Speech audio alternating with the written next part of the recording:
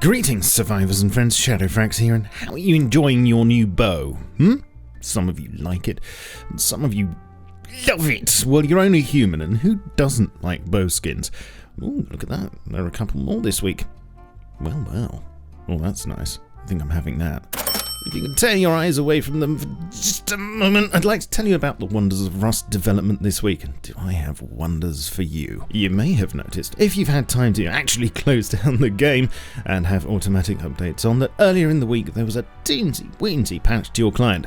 It was entirely optional, nothing heavy, but it might just have fixed some of the Emperor's new skin icons, whose cloaking devices were still being a little too effective. If you know what I mean. Might want to check you've got that though. Wouldn't want you suffering in silence. Talking of which, it may seem like Rust development is a bit quiet at the moment, but don't let that fool you. Just like a duck swimming on a lake, things may appear calm on the surface, but just under the water it's crapping all over the fish. On Wednesday, it was announced that Unity 2019.1 is finally live on the staging branch, and you're all invited to get on there and break it.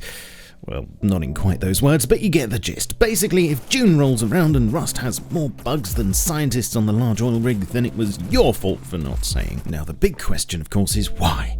Why is Unity 2019 necessary? And what does it do? That's also a related question, and the answer to both is we'll probably know soon. It should fix a number of bugs and generally be a lot better, including new features and optimization, because that's all we really want. But the good thing is it doesn't appear to have completely balked things so far, and we've still got a few days to test it, so go! Meanwhile, Gary's been working very hard in his evil underground lair in the West Midlands on a new branch known only as Steamworks 2.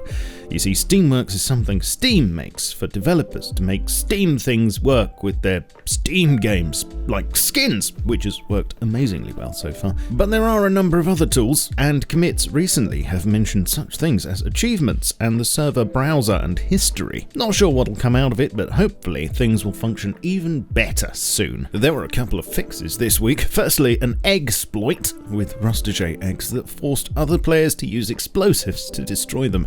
This was technically a pay-to-win base defense, so it was patched out quickly. Also, static searchlights should no longer be brighter than the sun! A whole slew of textures and effects for weapons are being redone at the moment on a separate branch, and although we'll have to wait and see what improvements it will bring, we should expect a better looking and hopefully better performing collection of shooty sticks. That giant excavator is still being buffed and polished. Looks like it'll be a monster monument when it arrives. And finally, I can show you a couple of models that are in the back end of the game, ready for implementation at some point. Last week, I showed you the Chippy arcade cabinet, which will be a kind of tie-in with one of FacePunch's other games. Although we don't have much to go on right now, I'm hoping will allow you to play a game inside the game. Nice. Stay tuned for more info on this when I get it. And will you look at these? About 6 months ago, I showed you a drone model, but here it is in the flesh. Or steel, and I thought you might like to just see it. It's obviously hovering there and ready to be made part of the playable experience at some point. When that point will be, I can't say. But you know your Uncle SHADOWFRAX will let you know as soon as he gets the scoop. So stick around! Have you watched my new updated backstory video yet? What's that you say? YouTube didn't send you a notification?